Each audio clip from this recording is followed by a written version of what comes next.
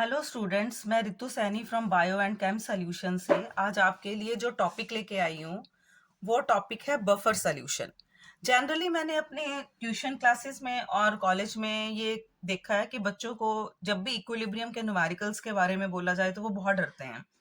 Actually ये इतना ज़्यादा मुश्किल तो नहीं है, बस थोड़ी अंडरस्टैंडिंग के लिए मैं आपको आज एक क्वेश्चन सॉल्व करवा रही हूँ जो बफर से रिलेटेड है। बफर सॉल्यूशन हम उस सॉल्यूशंस को बोलते हैं अगर हम इस सॉल्यूशन के अंदर कोई एसिडिक कंटेंट ऐड करें या बेसिक कंटेंट ऐड करें तो कोई भी इसके पीएच में चेंज नहीं आता, क्योंकि ये खुद ही रेजिस्ट करता है उसके पीएच के चेंज को। तो अगर आपको कभी बफर सॉल्यूशन के बारे में पूछा जाए तो बायोलॉजिकल बफर जो दो आपने हमेशा याद रखने हैं, that is blood as well as urine. ये अपने पीएच को चेंज नहीं करता चाहे हम इसके अंदर कुछ भी ऐड करें, क्योंकि ये उसको न्यूट्रलाइज कर सकता है। तो थ्योरी की तरफ तो मुझे पता आप कर ही लोगे, तो आज हम इसके न्यूमेरिकल को सॉल्व करते हैं। So we have a numerical, a buffer solution contains 0.50 molar acetic acid, जिसकी हमें Ka गिवन है 1.8 इंटू 10⁻⁻8, और हमें एक सोडियम एसिटेट की कॉन्सेंट्रेशन दी हुई है दैट इज 0.50 मोलर। और इस टॉपिक में हमने इसका पीएच कैलकुलेट करना है। तो पीएच कैलकुलेट करने के लिए पहले हम बेसिकली मेजर स्पीशीज देखते हैं जिनको हमने कंसिडरेशन देनी है। तो सबसे पहले बफर सॉल्यूशन के अंदर क्या है, एसिटिक एसिड। तो एसिटिक एसिड का फॉर्मूला आप सबको पता है, दैट इज CH3COOH। और हमारे पास है सोडियम एसिटेट, तो हमारे पास है सोडियम आयन की फॉर्म में, तो क्योंकि एसिटेट के साथ जुड़ा हुआ है, और एसिटेट CH3CO नेगेटिव। ये सॉल्यूशन है तो नेचुरली इसको हमने वाटर के अंदर डिसॉल्व किया है। आप सबको पता है वाटर को हम यूनिटी मानते हैं, तो इसमें हम वाटर को कंसीडर नहीं करेंगे और ना ही हम सोडियम आयन को कंसीडर करेंगे। बेसिकली सोडियम आयन न्यूट्रल होता है जब तक वो बेस के साथ जुड़ा नहीं होएगा। तो let us start with the solution of this equation. तो हमारे पास है एसिटिक एसिड CH3COOH, इसको हमने एक्वस मीडियम में डाला। तो इक्विलिब्रियम की जितनी भी रिएक्शंस हैं वो डबल एरो से शो करनी है आपने, क्योंकि ये रिवर्सिबल इन नेचर होती है।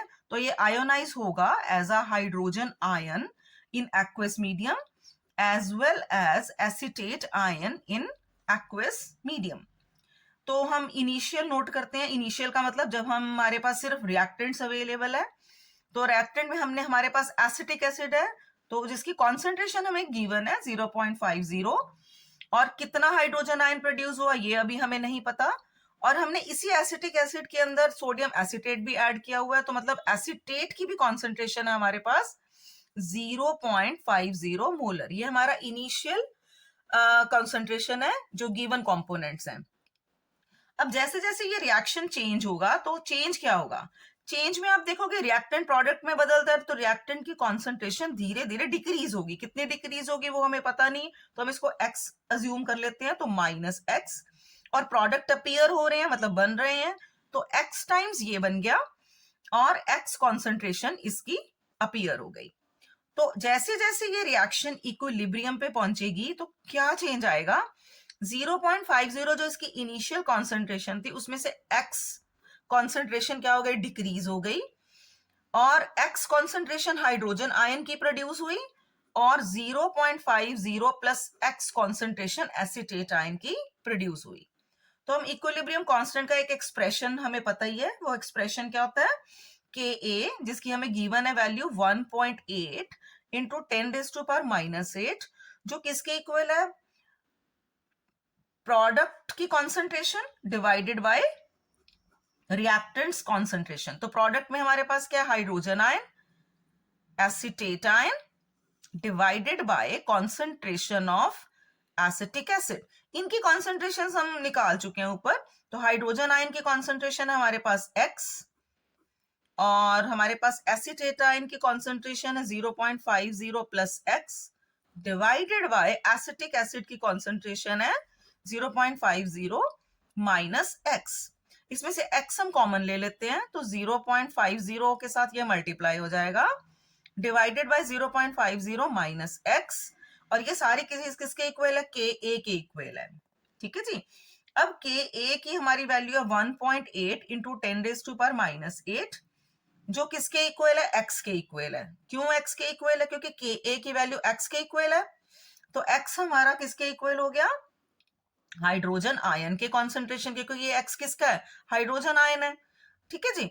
तो अब हम pH का फॉर्मूला लगाते हैं, which is minus log concentration of hydrogen ion.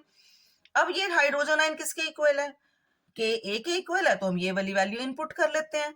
तो minus log is equal to 1.8 into 10⁻⁻8। तो हम इस वैल्यू का लॉग कंसिडर करेंगे। अब लॉग कैसे निकालते हैं, तो लॉग के लिए ये माइनस की वैल्यू तो आगे ही रहेगी। अब ये जो पावर एक्सपोनेंट होता है इसको भी आपने आगे ले आना है, -8 ऑफ लॉग 1.8। क्लियर हो गया। अब माइनस माइनस क्या हो जाएगा, ये तो प्लस हो जाएगा। तो ये हो गया हमारे पास 8 लॉग 1.8 की वैल्यू होगी हमारी। ठीक है, जो आप अपने टेबल से देख सकते हो। अगर आपको ये नहीं आती तो मैं किसी और वीडियो में आपको इसकी लॉग वैल्यू देखनी सिखा दूंगी। तो अगर हम इसको सॉल्व करेंगे तो हमारा जो टोटल वैल्यू आएगा दैट इज 4.74। तो हमारे पास जो पीएच ऑब्टेन हुआ गिवन सॉल्यूशन का वो कितना आया, 4.74। ये दोनों की पीएच बता रही है हमें, पीएच ऑफ बफर, और बफर सॉल्यूशन के अंदर हमारे पास क्या क्या था, सोडियम एसीटेट। इसमें से हमने सोडियम को कंसीडर नहीं किया, मतलब एसीटेट एंड एसिटिक एसिड की। आई होप स्टूडेंट ये आपको न्यूमेरिकल इजीली अंडरस्टैंड होगा। तो प्लीज इस वीडियो को ज्यादा से ज्यादा अपने फ्रेंड्स और अपने सर्कल में शेयर करें, इस वीडियो को लाइक करें, मेरे चैनल को सब्सक्राइब करें। Thank you.